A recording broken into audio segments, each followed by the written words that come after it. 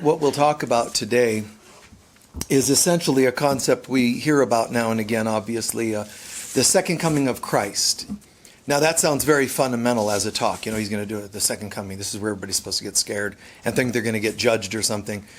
And, you know, because the second coming, to some traditions, the second coming of Christ is like that involves Judgment Day and all kinds of horrific, imagery. I mean, it's supposed to be great, but it's accompanied by all kinds of horrific imagery.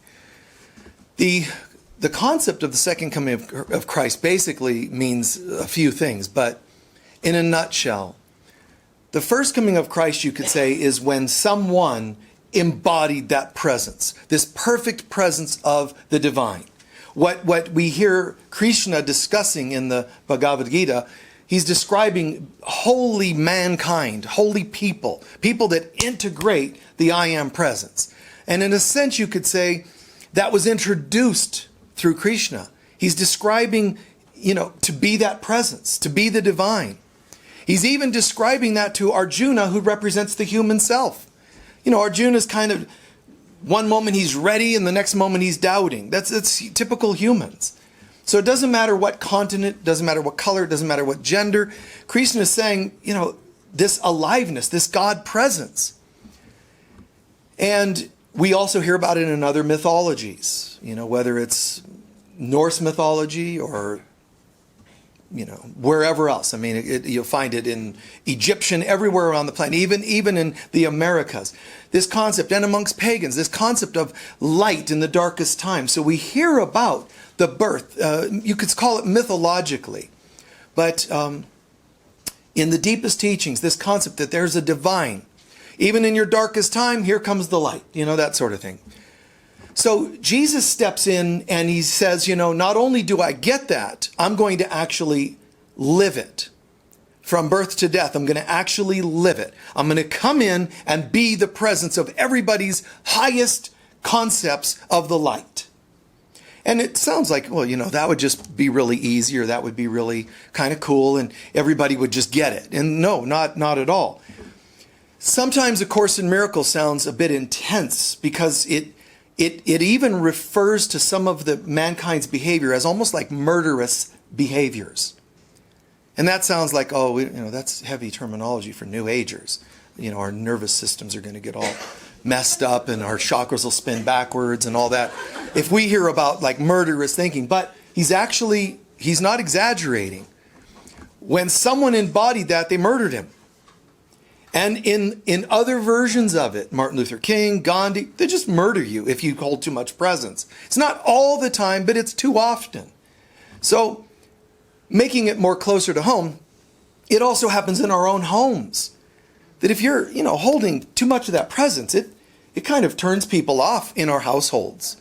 It's not typical that, even the children of Fatima, that saw this vision of Mother Mary. It's so beautiful. Watch only the last minute and it's all beautiful. But they went to jail. They're just children. They went to jail. They were threatened. Their parents told them they were liars, smacked them around. Even kids. So this world doesn't do well with light. We like to pretend that we're all open to light and lovey-dovey stuff, but deep down, the ego runs this place. So if it isn't your attempt to be the light in the world of medicine, and they'll shut you down because they have laws against healing, or you could be in the world of religions and things go wonky, because religion's all messed up. There's people that call themselves religions that have nothing to do with God at all. So things are a bit twisted. And so you and I, when we talk about the second coming, people like to stay in their safe little space and say either, I believe in that and I'm a Christian or whatever religion might suit, or, I don't believe in really any of that. What folks don't realize is that the Jews are awaiting the Messiah. The Buddhists might be awaiting the Maitreya. Everybody's got their version of it. They do. Everybody's got their version of it. Every major system. The Christians are waiting for Jesus. And people that are under channeling are waiting Sananda. Well, then which one is it? Which one's the real one? Will the real Christ please stand up? And everybody's got their version of it. What's kind of cool, though, is it going to be a Messiah, or is it going to be this, or which one's it going to be? Only this thing called Christ, which isn't Jesus. Christ is the consciousness Jesus attained. Only Christ actually fits all of those. We can't actually sit around waiting for individual religious leaders again. That's over. Someone's going to slip in under the radar and become the embodiment of all of them. So Jesus did that before. That's the first coming.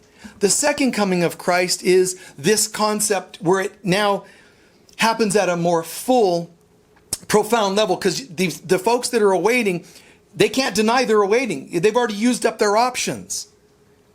And when the world starts shaking up more and more, which it's already starting to do, people are going to become even more desperate and more willing for the answer. There will be a second coming. However, is it Jesus coming in to save us all from ourselves? Or do we have to save ourselves before he arrives? That's the tricky part. And if you're waiting on people to do that, this is going to take some time. And yet, time's an illusion.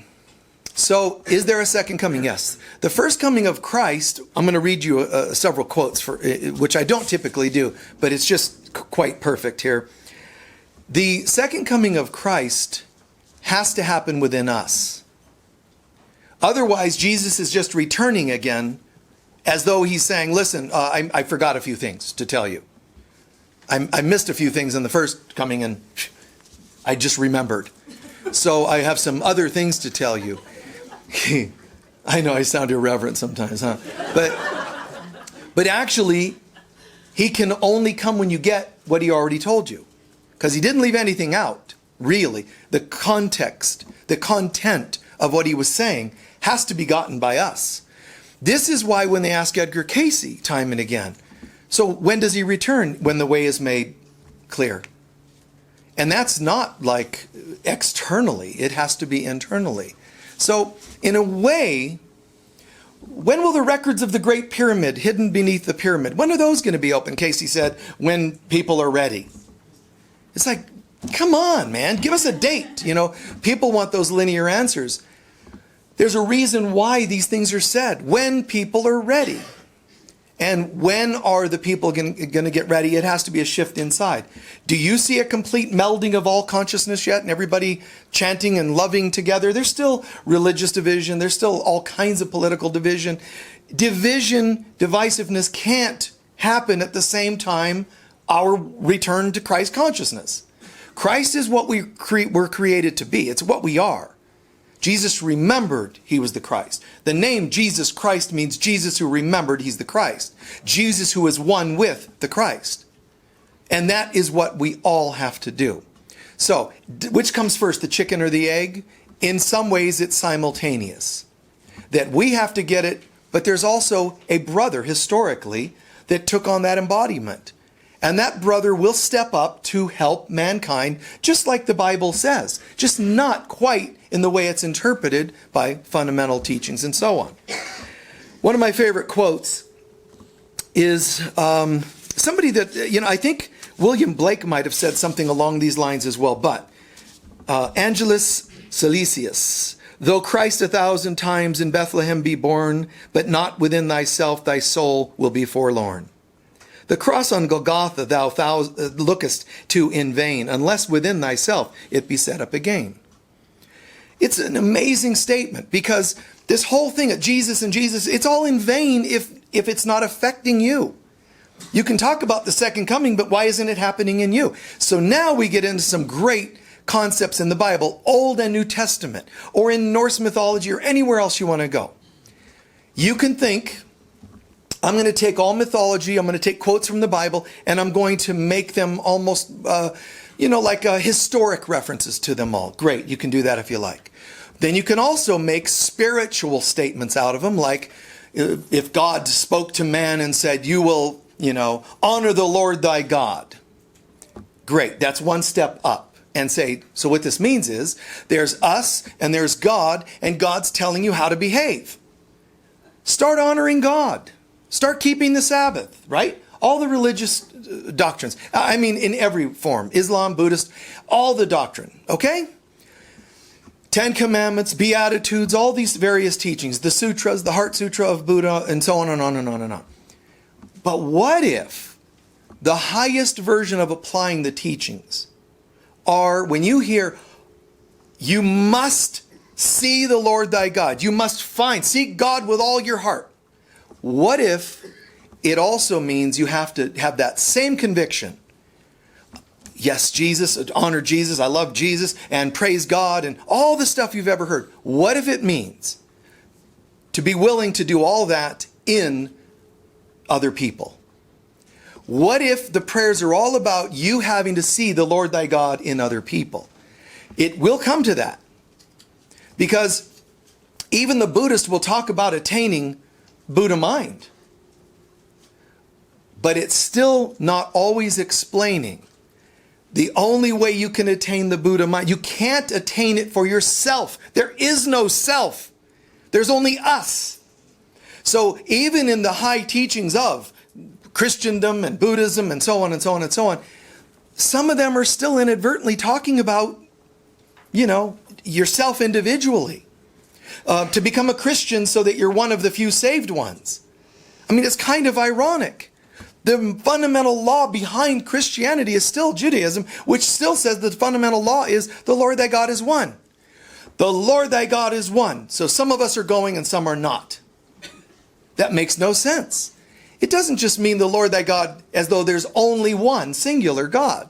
It means God is one. There's nothing outside of God. Oh, so thank God I get that and you don't. Because I can then go home and be one with God and you won't. It just doesn't make, really it doesn't make any sense. So think of any scripture, think of any deep statement in A Course in Miracles, and try practicing now to turn it. Instead of, you will honor the Lord thy God, what if it means in other people? You will not ever know God if you can't see it in other people. That's why Jesus says, don't say you love God and hate your neighbor, because then you're a hypocrite. And this is a drag, by the way. This is very inconvenient. Because it's easier to just pretend you love God up in the sky. It's because you don't get to hang out with him every day. He would annoy you as well if you hung out every day with him. How do I know that? Because things are still capable of pushing your buttons. You'll never know the absolute of God if you can't peel the layers off the non-God parts of other people. So when you hear these words about God, be faithful to the Lord. Think about this. It means be faithful that despite the annoying behaviors of people, be the one who holds an immaculate concept of them. It doesn't mean you have to pretend they're not acting annoying, but you're asking, despite the way they're acting, how would you have me see them, God? That's what we're doing. This isn't like, okay, everybody's great, everybody's perfect. Oh, look, somebody's doing really a gross, disgusting thing. But no, they're not. They're really not. It's not pretending. Remember, the prayer is not to shame yourself for seeing such behaviors. The prayer is to say, isn't this funny? Despite the fact that there is only God, isn't this funny the way we behave? Look at how that person's doing that. Isn't that funny? Like learning to see it as kind of ironic. Because what it means is, that person is holy, and isn't this weird that I'm not able to see that right now? Own it. But then add the second half, which is, but I'm willing to. Then the Divine Mother can actually come in and unplug the wiring in your brain and plug it in differently so that you start to see light in people that don't seem to have much light. When you start plugging in light in people that didn't have much light, they will start acting more like light. Which is how we become saviors to ourselves. It's true. And it's kind of beautiful if you think about it, because again, you have readings, you have teachings. Krishna, Buddha, and so on, Jesus. And you can hear about Jesus, healing the sick. Well, it's because he had special techniques. He used advanced Reiki, positive thinking, affirmation, and you'll still try to put all kinds of human terminology to it. But what if, instead, what happened is he was doing what I just said we have to do, which is love the hell out of them. You can't be sick. So it wasn't like, Lazarus, oh, money put me home, you know, I hope this works out. Lazarus, come forth. Please, please, please, please, please work. It doesn't happen like that.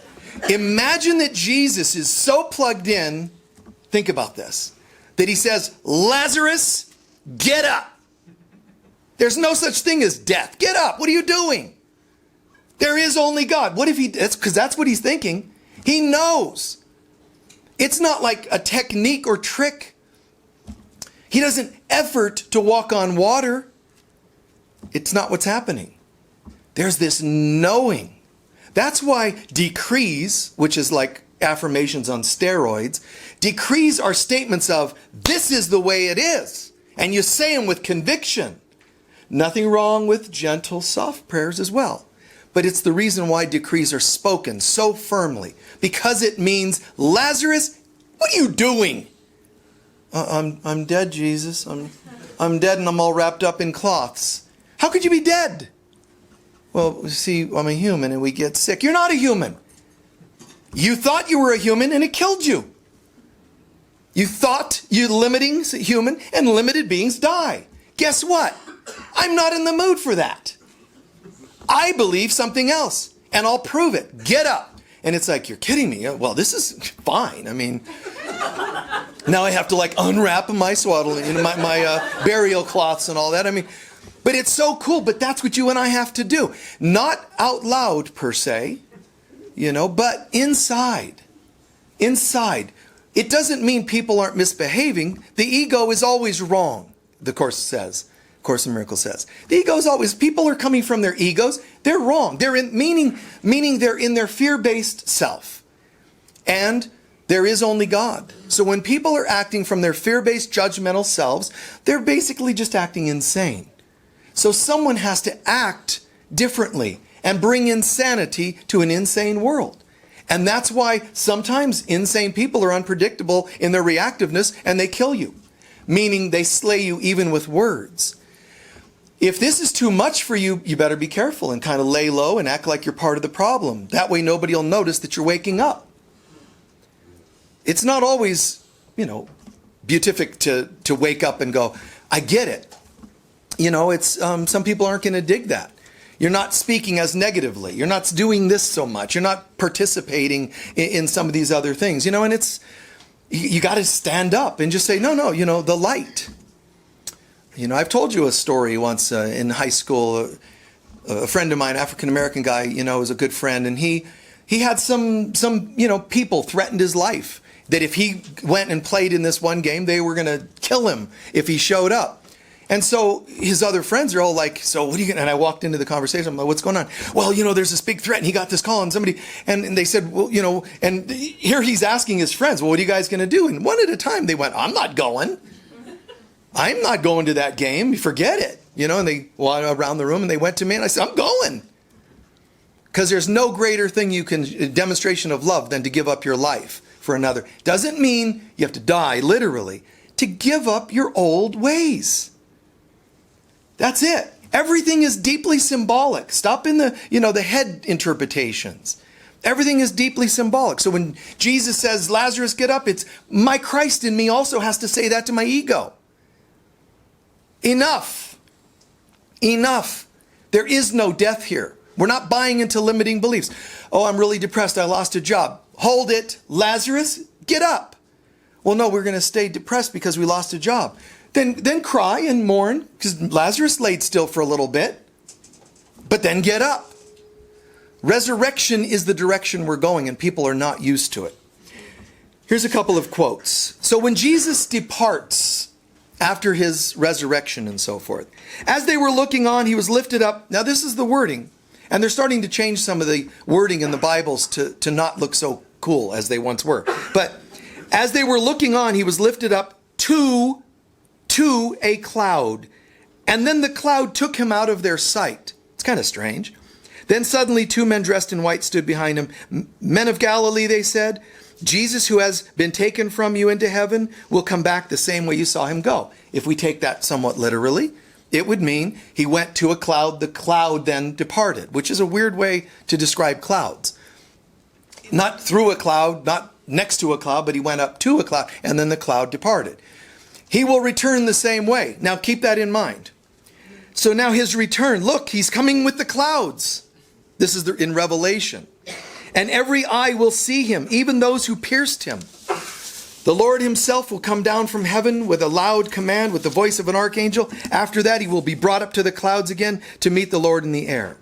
Another one from Matthew. At that time, the sign of the Son of Man will appear in the sky. All the nations will mourn. They will see the Son of Man arriving in the clouds, again, in the clouds of the sky with power and great glory. From Daniel, Old Testament. In my vision at night I looked, and there was before me one like a son of man arriving with the clouds of heaven. So it's very interesting, a very consistent message about clouds being part of this. Then the last few quotes from Hebrews. This is just more relevant to this second coming. Christ was sacrificed once to take away sins of many people, and he will appear a second time, not to bear sin this time, but to bring salvation. Meaning, he died one time to say, sin and guilt and shame are an illusion, which is why I can resurrect. This time, he's going to focus not on that, the pain and the issues and egos and illusions of man. We're going to focus on the new consciousness that comes from awakening. From Philippians, the Lord Jesus Christ, who by the power that enables him to bring everything under his control will transform the lower bodies so that they will be like glorious bodies. This is starting to describe, and when you hear about the clouds, it's describing the earth plane and all its inhabitants shifting into a more etheric level of consciousness. You can call it an ascension sort of consciousness. And then it says in 2 Peter, the Lord is not slow in keeping his promise, as some understand slowness. He's patient with you, not wanting anyone to perish, but everyone to repent. Meaning the reason God doesn't rush in with this second coming concept, it's because we all have to shift enough. Because nobody is supposed to be caught guilty, if that makes sense. Nobody is supposed to actually be caught, oh, you missed transformation by one day. I know you were almost there, but you missed it by one day, so you have to go to hell.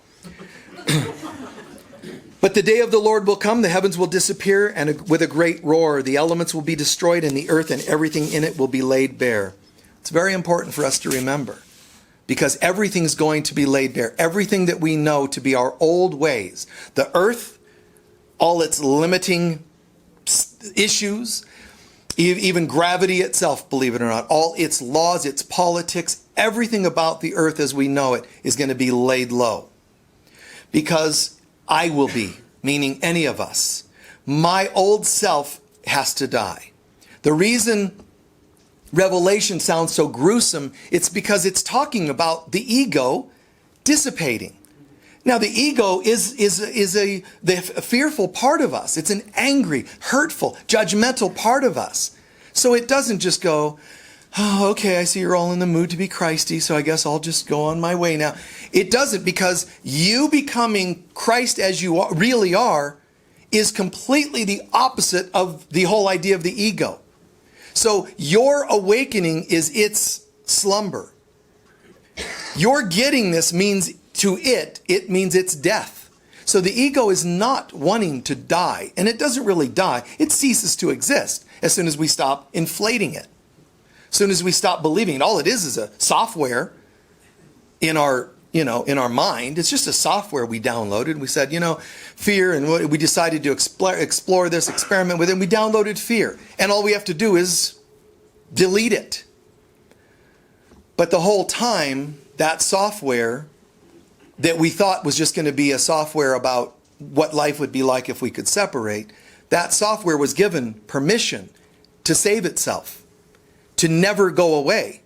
So what we gave it permission to do, it started mutating into the most radical form of a virus in a computer than anybody could ever even imagine. Self-sustaining, mutating virus that is going to keep itself alive. So that's why there's so much fear of God, because it's put that in us. You should be afraid. You left heaven. God's pretty mighty. And if you want to know what mighty people do, bigger people do to you, poor thing, you, just look at your own life. If it's not past life, it's childhood. There's all kinds of things that have happened to us in our lifetimes. And also, the spankings you got or whatever. Well, if Dad would spank you for doing this deed, imagine what God's going to do to you for the big deed you've done. There's all kinds of programs of fear. So Revelation goes through all this. And, I've taught a class on Revelation, a lengthy course and so on. But long story short, there are 7 primary stages of the book of Revelation. I know it's got all kinds of little detailed stuff, but there's a handful of parts to it. Tell me if this sounds too creepy. Or does it sound like it's actually what we're going through? The first is John, who the story is kind of based on John having a Christ epiphany. He's awakening the Christ within himself. So the first thing he shares is that he sees a vision where he's asked to give a message to 7 churches. And when he's doing the message to the 7 churches, it's kind of like telling each of these 7 churches their strengths and weaknesses. And what that is the 7, because he says, I saw a book, and on the book there's 7 seals. That's also in Revelation. You're the book, and the 7 seals are your chakras. So when John is told, I want you to take a message to the 7 churches, in 12-step programs, this is called a self-inventory. So he's having to do an inventory. So you want to be Christed, huh? Yes, I do. Oh, really? Let's take a look. 1 seal at a time, he's shown. And it would be like, well, this seal or this church is really strong in this area, but weak in this area. What John saw would be different than your inventory and mine. You see? Because what's in my heart might be strengths might be slightly different than yours different than John's, and so on. So he's doing a self-inventory. So now that that's done, we're home clear. No. Next, John has to see what it's like to commit. You saw an inventory of yourself. Okay, that's fine. Now, how committed are you? And so when he gets committed, then some things start shifting in him. And what's kind of nice about Revelation is changes start happening in John before all the most intense stuff. Do you know what that means? That means when you're going to awaken the Christ in you, which is the second coming of Christ for you and for us, when that's happening, you're going to be prepared for that. The limited self can't enter an unlimited experience. The limited self has to be prepared. And it's not just stripping down, it's also strengthening.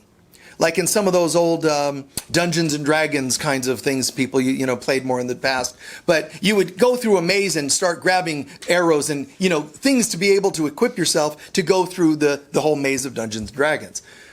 So in this case, the second part of Revelation, you're hearing about these 24 elders on thrones giving praise to God.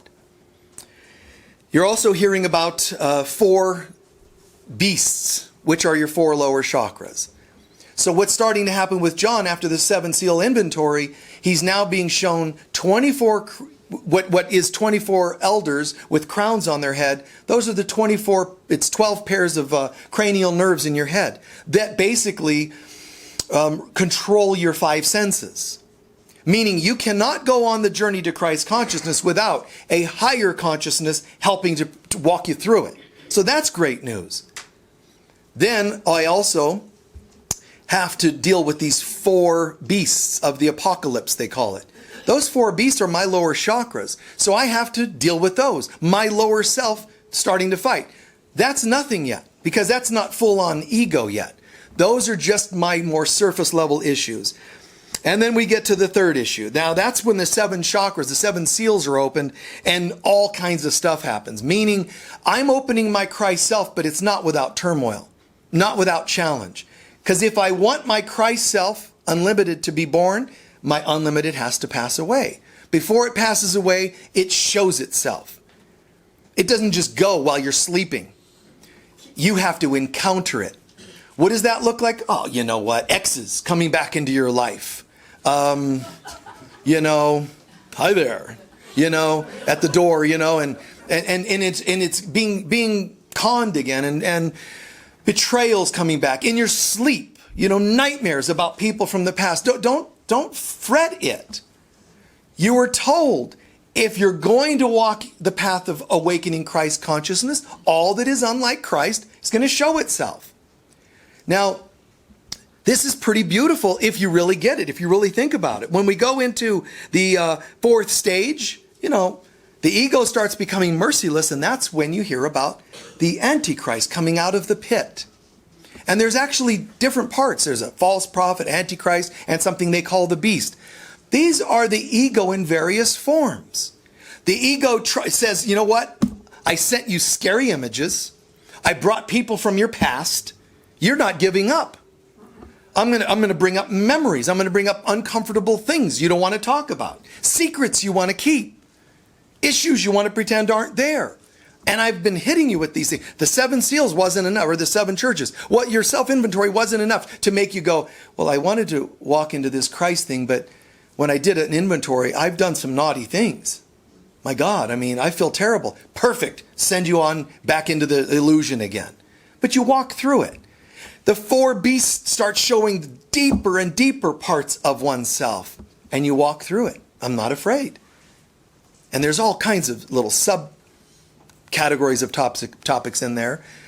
And you just keep pursuing it. It even tells you that this ego is going to wage war against you. Oh my God, that's intimidating. But we're told, guys, if you truly commit to awakening the Christ, call upon the Mother and she'll protect you. It doesn't tell you in Revelation that things aren't going to happen.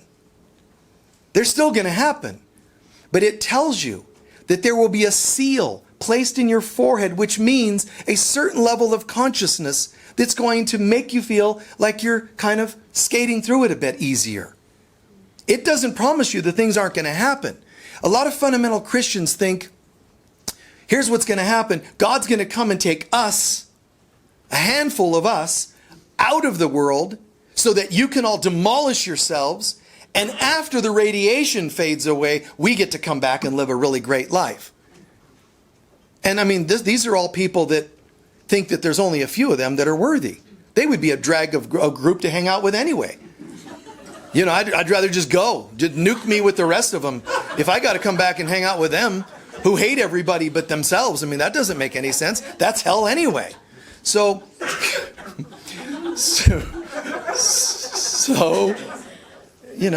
onwards and upwards, man. Let's go. Let's commit. It's back to where I started. If you can't see the light of Christ in each other, then you don't see it at all. Feeling it in yourself, even if you have a vision in the middle of the night and an angel comes to you and says, beloved, today we are birthing the Christ in you. Oh my God, this is amazing. That is still only like a seed being planted. You still have to water and feed it. The seed's planted, that's good for you, congratulations. But you still have to be tested to see if it's real. They can say we're igniting this in you. Good job. You're making a commitment. We're there for you. But you're still going to be tested, which is the water and feeding it, so that the seed sprouts and becomes something real. It's still up to you and I to live it. There's no skating out of this with nothing. We still have to look at ourselves. You got to do your self-inventory. The 4 beasts are still going to show themselves. And you're going to stay faithful enough. And I say you're going to, meaning that is actually going to happen. It's not like, be prepared. Some of you are going to make it, some of you... No. All of us are going to make it. That's true. How much effort will it take? How much doubt and fear? How many times do we have to go through it? That's called free will. But we're all going to make it. It absolutely helps when we see the Christ in each other. Even when someone's sick and you're affirming goodness, you're helping them through the sickness. Even if someone's passing away and you are affirming goodness in them, you're helping them through that process. So we must recognize that we're not just here to be birthed. Equally so, we're here to midwife the birth of others. Each other. And any of the unhealed wounds, as Revelation is saying, any unhealed wounds are going to be brought to the surface. And if we're persevering, and if we're hanging in there, and if we're really holding on to the light, the beast, becomes vicious and all that, but you persevere, And remember, before all that's happening, you are given a seal inside. And it's all about belief systems right here. When I said the mother will protect us, the divine mother will protect us, it literally in Revelation is saying that the woman travailing and the woman giving birth to the Christ self, which is you and me, the woman giving birth to this Christ self, it says that this beast comes, the dragon comes and tries to devour her child as it's being born. Oh, that sounds terrible. It does, but it makes total sense. Try to birth the Christ self, your ego is going to be there to devour it. However, it says, an eagle comes and lifts her and takes her to safety. The eagle is again right here where the seal is placed. The eagle is this two-winged double-petaled lotus of the third eye, meaning the God self. I'm down here. The woman is my heart and soul, giving birth to my human self, Christ in the earth plane. It will come down and lift me to higher consciousness, meaning again, what you need, you will have if you call upon it to get through anything. It's easily said. The real drag, though, is that it doesn't always feel that way. It's easy to say, well, I can get through anything. And then in the midst of a divorce, you go, well, I got the paperwork and I'm calling on God for some strength. And it's fine. It's fine. Okay, I'll breathe. And then, oh God, now the children, they're hurting. Okay, wait. I'll breathe and I'll show them a good smile. Hey guys, I know this is happening, but it's okay. And we're going to get through this. And we get a nice apartment. We decorate it in a way that the kids might enjoy. Okay, it's all going to work out. And then something else, and breathing, affirming God's presence, and I am the holy God presence, and we can get through all. And then in court, they say something. And you're like, bastard, I hate you. And all the worth documents, are in the air and they're having to restrain you and you're trying, at some point, someone's going to irritate you. You're going to cuss and scream and cry. And at some point, though, now, because you have the seal awakened, you're going to catch yourself sooner. And you're going to breathe and you'll cry, perhaps, because this too shall pass. It's a different you. Whether it's addiction, whether it's divorce, whether it's the loss of a loved one, it's seeing it all from a different perspective. I saw a counselor dealing recently with a couple that lost one of their two children. And in observing what the counselor had told these folks, it was nice, it was decent, but it still missed something. Because it was kind of like, just kind of there. Because of the two parents that were the parents of this child, one of them was a little bit involved like it was an accident. The other one's hating that one for letting this happen. It was an accident, but it's projecting. See, now what I would have been saying is, the reason you're trying to blame your partner for this is because you're trying to avoid your own feelings. You think you'll feel better if someone else is responsible. What if it just happened? What if hidden behind this, you are hating yourself? What if you're actually hating God because something happened to your poor child? If you could interview your child, it would not be endorsing you hating its other parent. So there's other ways that I would have dealt with that. But humans keep trying to avoid going this direction. Outer-oriented instead of inner-oriented. So another way to summarize all of Revelation, or the second coming of Christ for you and me. You might add to this list, you might subtract from this list, but there still is a list. You want to awaken the Christ self, you're going to have a judgment day, like the inventory I said. Because some Christians are going to tell you, well, Michael didn't even make reference to judgment day. Oh yeah, watch out for that. The reason we fear judgment day is because we have issues with ourselves. I have judgments on you, and I have judgments on myself. Judgment day is when I have to look at all my judgments on you and on myself. The reason judgment day doesn't go well, and we end up in hell, so to speak, after judgment day, in Revelation or other books as well, is because we don't want to let go of the judgments I have on you and myself. So there is something called the final judgment. The final judgment is when I decide to no longer judge you or me. And then all of a sudden I'm off the hook. And it's like, oh, thank you, God, that you forgave me. God's like, no habla inglés. I have nothing to do with, I've never understood any of your trips about judging. I mean, this was you forgiving. And once in a while, the team members in our filming and our all the work that I do, my ministry, they'll say, God, there was this funny post today. Somebody wrote on there, Michael's wrong. He's wrong. There is a judgment and there is a vicious God. And, delete, we center, we call in the inner Christ and hit delete, because you don't have to believe the judgmental voices. They're going to be there. And even when we hear those other people saying ludicrous things about hate and hurt and judgment, those are also little echoes, tempting ourselves to still believe that. No, I don't have to take that today. I don't have to do that today. So there's a judgment day, true. And judgment day is going to send you into a dark night of the soul. You don't go into the dark night of the soul because of a non-judgment day. Judgment day means I have found flaws. Then it sends me into what's called, and everybody goes through it, the dark night of the soul. When you're going into the dark night of the soul, which is the second stage of 5, really, of the revelation, summarizing of 7 down to 5, is it's really just me having to look at all my stuff. Dark night of the soul. It's a major inconvenience, but it really is all me looking at my stuff. Then after I come out of the dark night of the soul, I emerge light at the end of the tunnel. And that's what some people in Christendom are calling being born again. I feel like a new self. Now, technically, if I emerge from the dark night with the same thought processes, same belief systems, same addictions, I'm not born again. I'm just me again.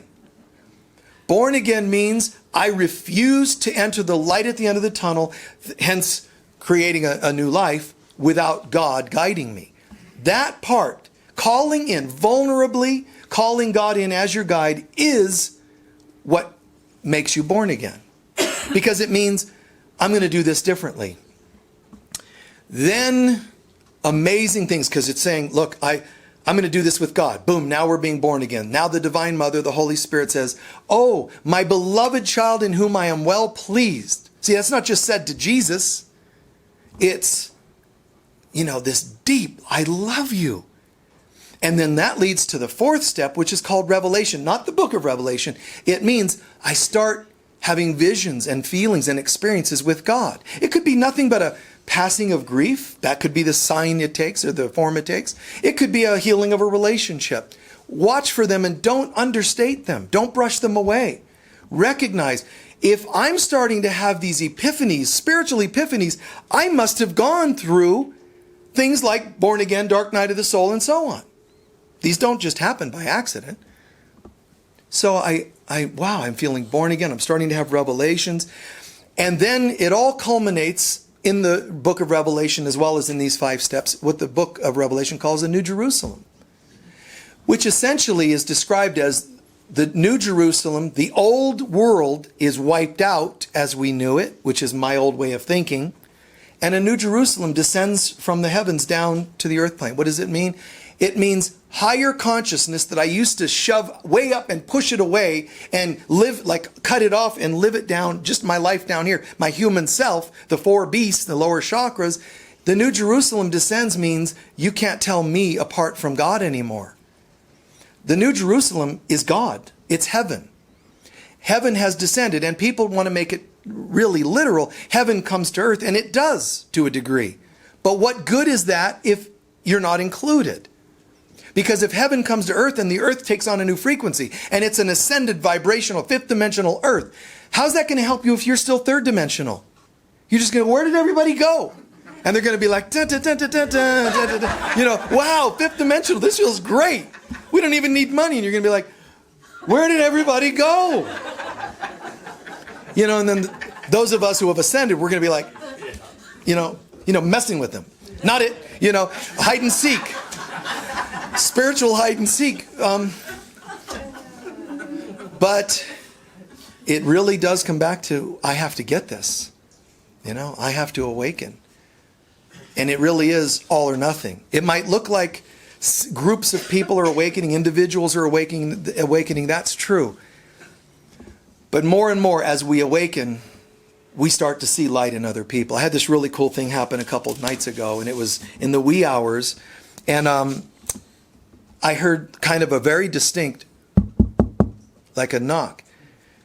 And I kind of woke up and I thought, there's obviously nobody in my room but me. And I'm like, yeah. Like just in case, fire department, you better get out. I'm like, yeah, nothing. And I went, okay. And went back to sleep.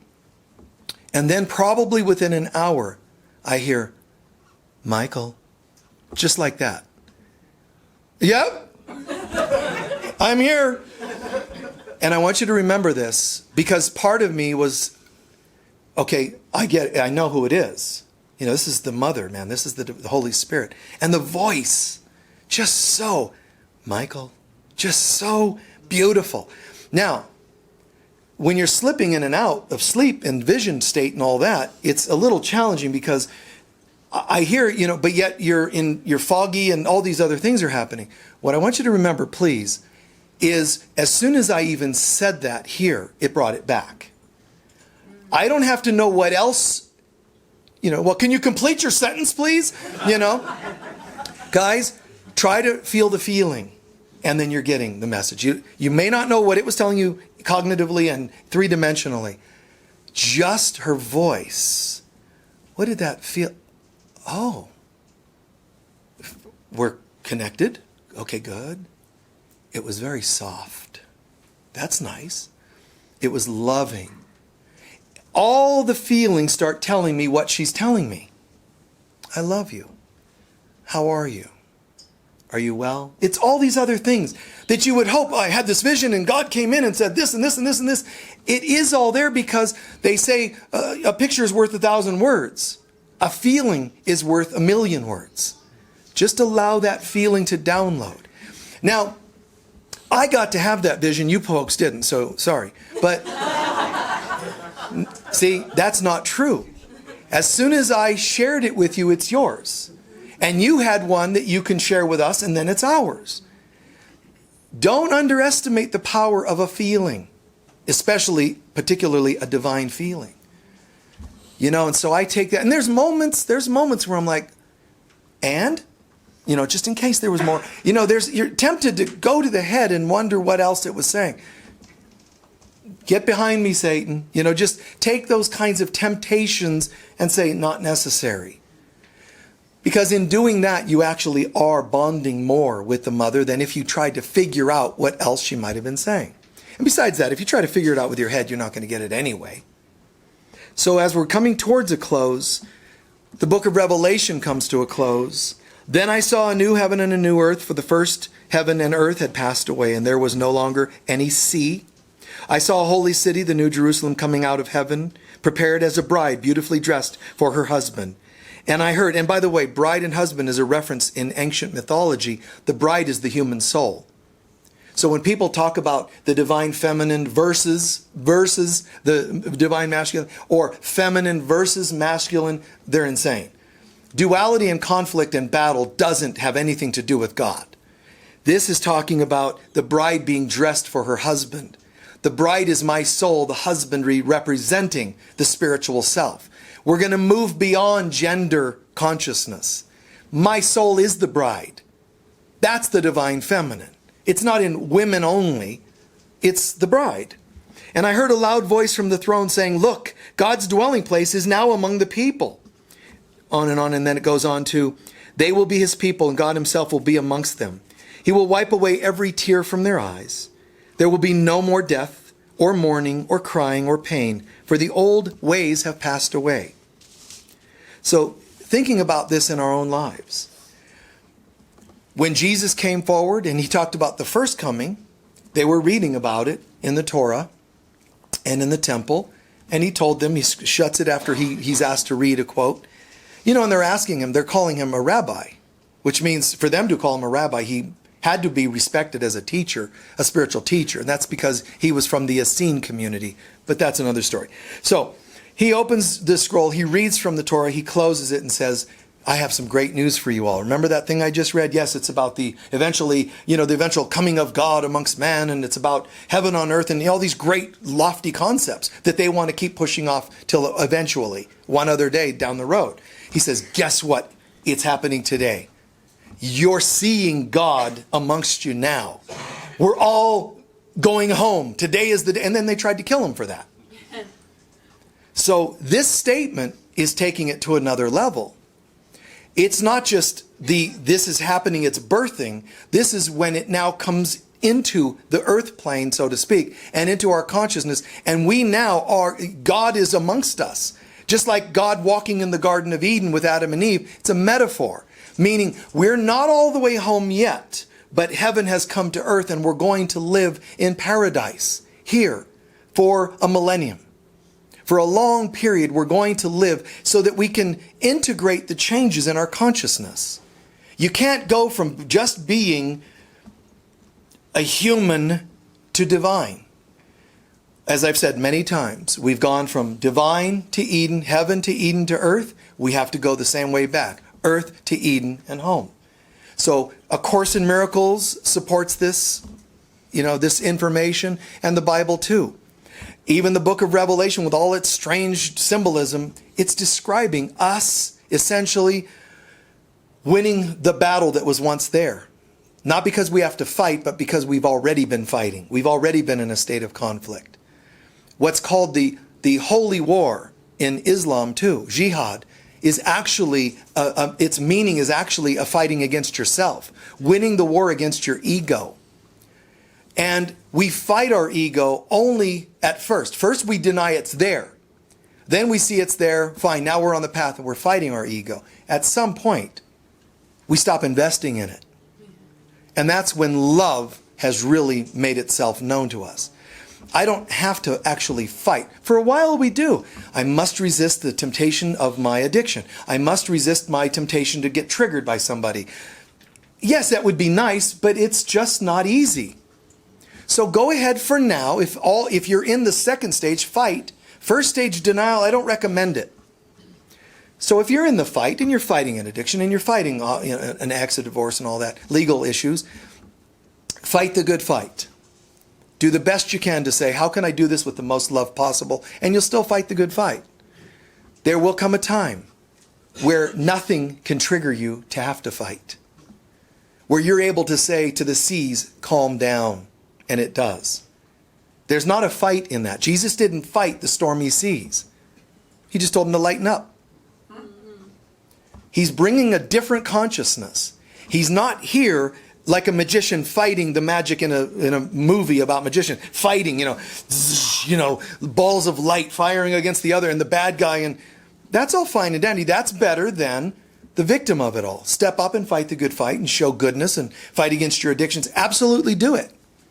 I'm saying it's even made all the more easy if we are centered in where we're going rather than in the fight itself. To get a bird's eye view. So, be gentle with yourself. Be able to say, gosh, I thought I was through this. Okay, that's nice. So now what are we going to do? Well, I'm just really bummed because I'm not through it the way I thought. Okay, well, thank you for sharing. And now what? What would you like to do? You want to now beat up on yourself because that's what caused you your addiction in the first place. You don't realize that. The anger that came up when you tried your addiction, the sadness, the fear that came up when that ex triggered you again, guys, that's beautiful. No, I failed. No, you succeeded at bringing up the issues that started it in the first place. Why are you fighting with your ex? Because they never listened to me. And you've never felt heard. Before you even met them. You already didn't feel heard. They manifested it. That's all.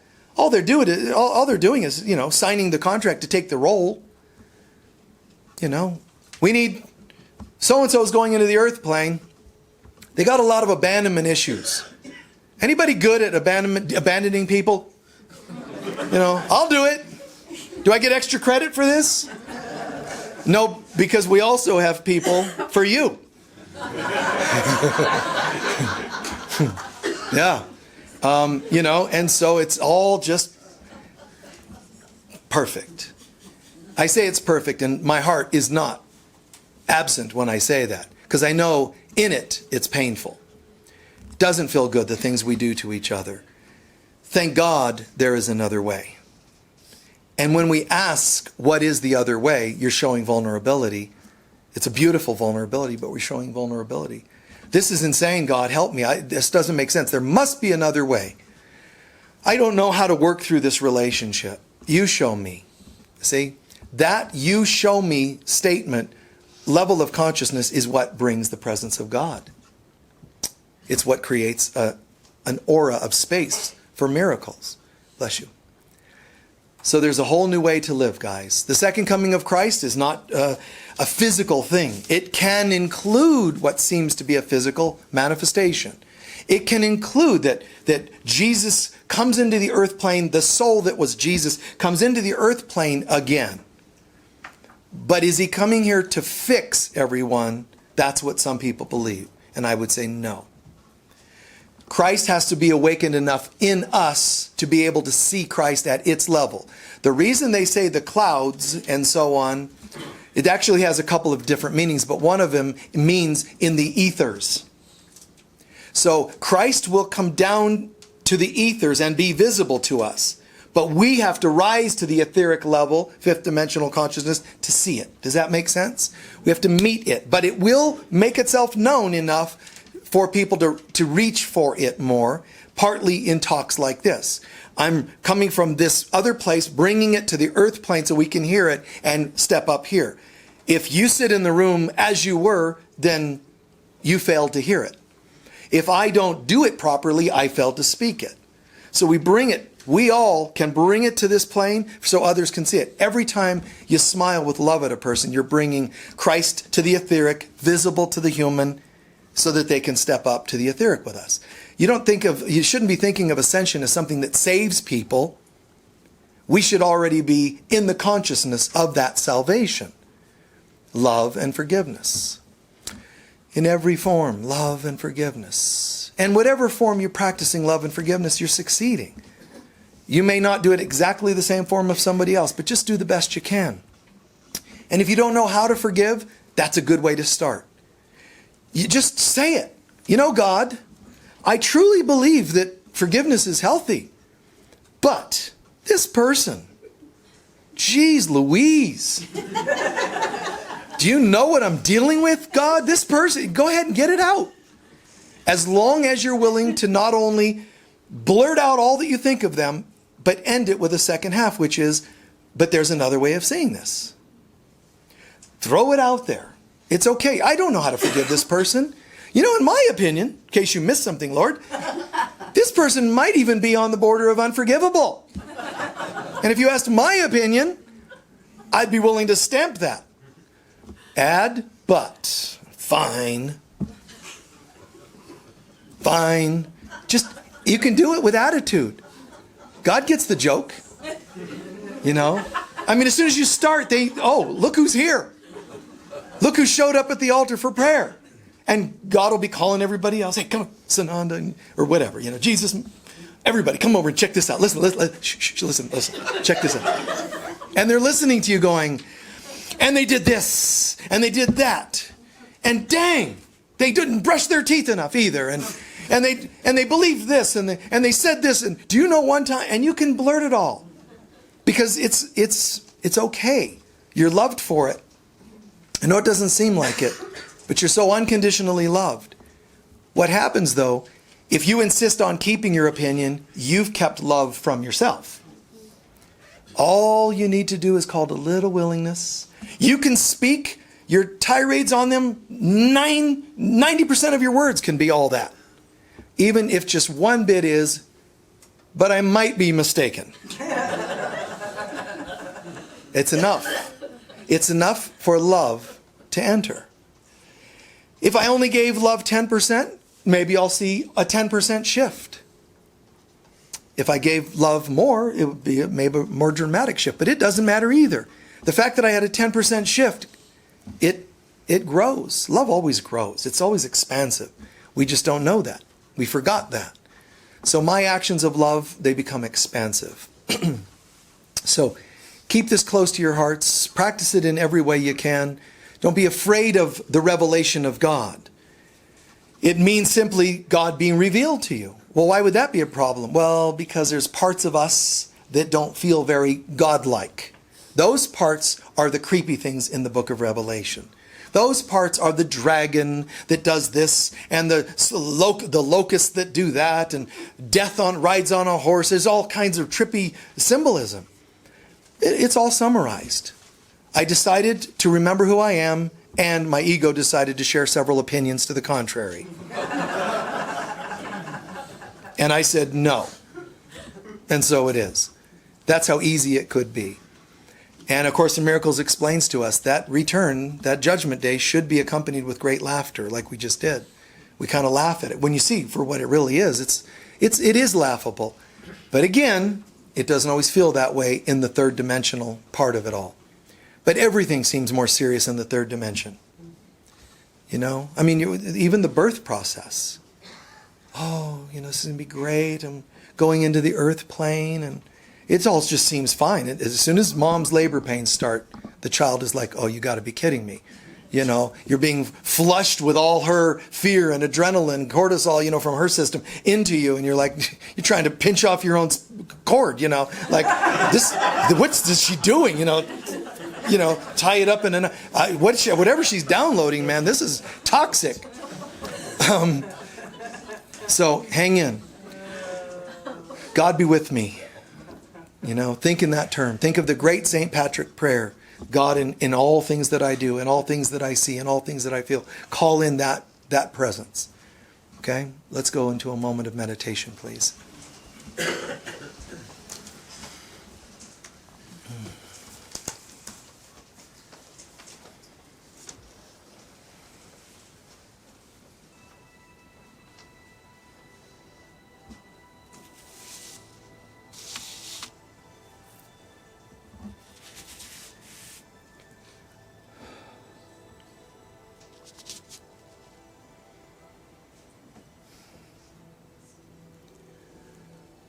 From A Course in Miracles,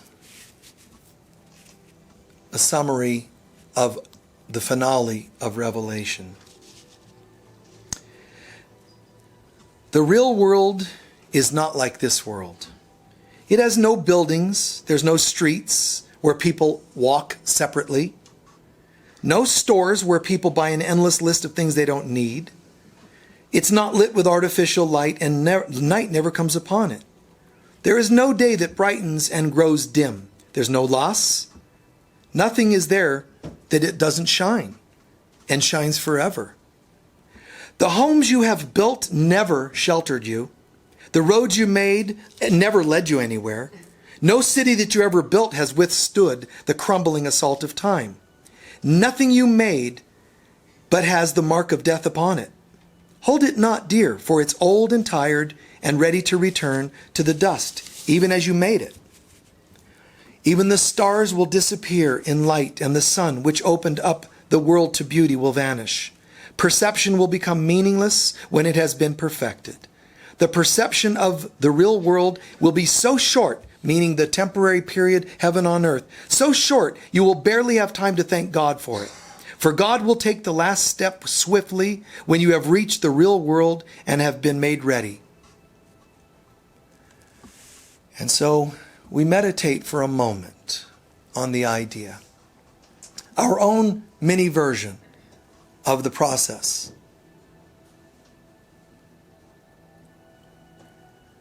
We don't have to see every limited belief, every flaw, every trauma, but we do have to be willing to.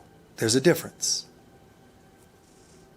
Whatever would be in my centers, meaning in the memory, my physical memory, emotional memory, intellectual memory, soul level memory, all that would have been recorded against me, I surrender to the altar of love. I am not afraid to see any part of myself. And even if afraid, you, Father, Mother, God, stand with me, supporting me, showing me that I need not fear, because anything that I would have feared has no power over me, not power over the I am presence of God.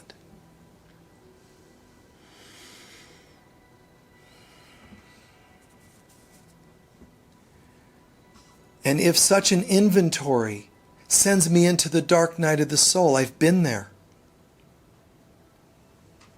And even when I walk through the valley of the shadow of death, the dark night of the soul, losses and challenges and breakdowns and emotional explosions and all the human stuff, I will not be afraid, for you are with me. Thy rod and thy staff, they comfort me. You restore my soul.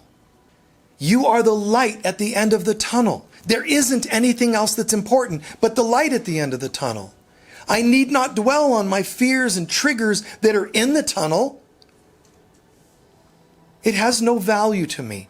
Whatever value it ever seemed to have. In my awakening, part of my awakening is that I become aware that the darkness no longer has an appeal. I can speak to any of it and say, like the seas, be calm.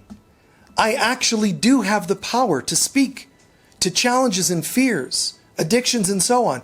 Hold it, be still and know the I am presence of God. You stand before God asking me to be something I am not. Not today. Be still and know I am God. Get behind me. Become a thing of the past, and the past is not now. And now I am all powerful, because God is with me. I am being restored. I am being born again. And in being born again, God reveals itself to me in new ways. It could be a whisper in a dream. It could be a vision. It can be a synchronicity. But at least I know I'm open to this. I've walked through the tunnel, entered the light, and said, here I am. I am absolutely determined to do things differently. Therefore, I'm born again. And in being born again, God, you guide me, called revelation. You guide me on what I would now do. You reveal to me right choices for myself, which involves two things: guidance on how to heal what's unloving, and guidance on how to enjoy that which is loving.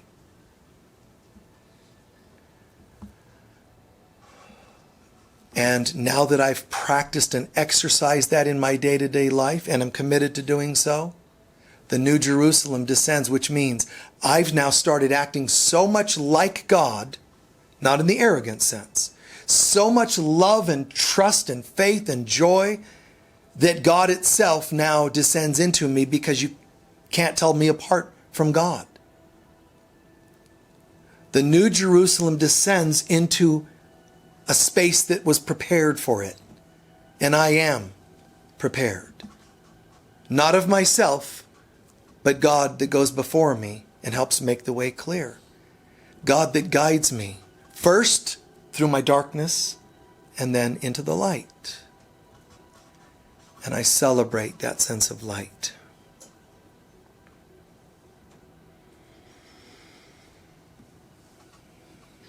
Basking in that light. Not a light that can ever fade. This is a greater light even than the sun. This is a power greater than all the planets, all the constellations. God and I directly connected.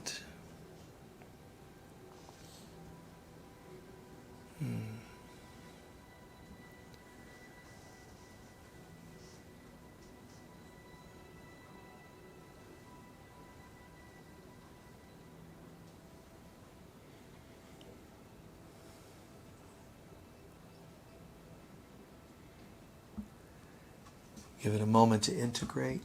Jesus. Give that a moment to integrate. And that means to actually feel like everything we've just done is part of you. Like, I have this, I got this, it's in me, it is me.